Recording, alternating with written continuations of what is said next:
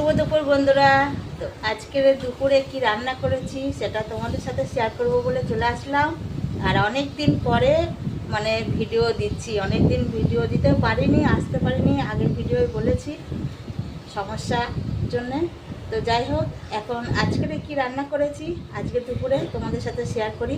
কারণ কি দাদাভাইকে খেতে দিয়েছি, এই যে দাদাভাই এসে গেছে, খেতে দিয়েছি। তো আজকের দাদাভাইকে কি খেতে দিয়েছি চলো দেখি।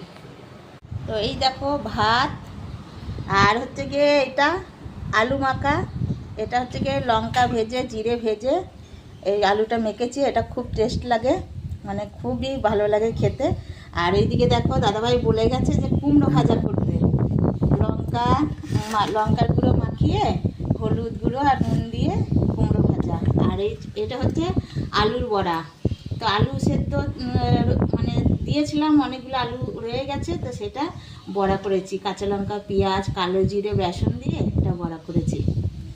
আর হচ্ছে গিয়ে এইদিকে করেছি দেখো ডাল, পাতলা করে মুসুরি ডাল। আর এইদিকে হচ্ছে গিয়ে আমার প্রিয় জিনিস আছে পোস্ত, ঝিঙে পোস্ত। আর এইদিকে হচ্ছে গিয়ে সবার লাস্টে দেখায় দাদা ভাইয়ের প্রিয় জিনিস। দাদা ভাইয়ের প্রিয় জিনিস মানে এটা কী বলো তো, মাছের টক। মানে যেই মাছই হোক দাদাভাইকে একটু টক দিলে পরে খুব ভালো লাগে খেতে। তো এটা হচ্ছে গিয়ে রুই মাছের টক করেছি।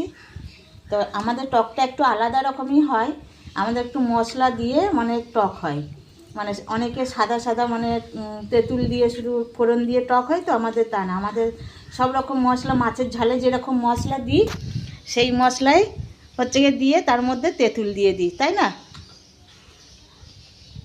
বলো হিরো? তো হচ্ছে কি আমাদের হিরো হচ্ছে কি এই যে এরকমই টক খায়, মানে পাতলা টক খায় না। তো চলো খেতে শুরু করে দিয়েছে।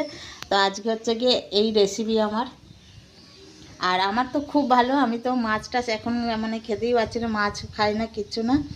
তো আমার জন্য ডাল বড়া, এই যে আলুর বড়া আর পোস্ত আছেই। তো চলো টাটা, আবার পরে ভিডিও দেখা হবে, কেমন? টাটা করে দাও।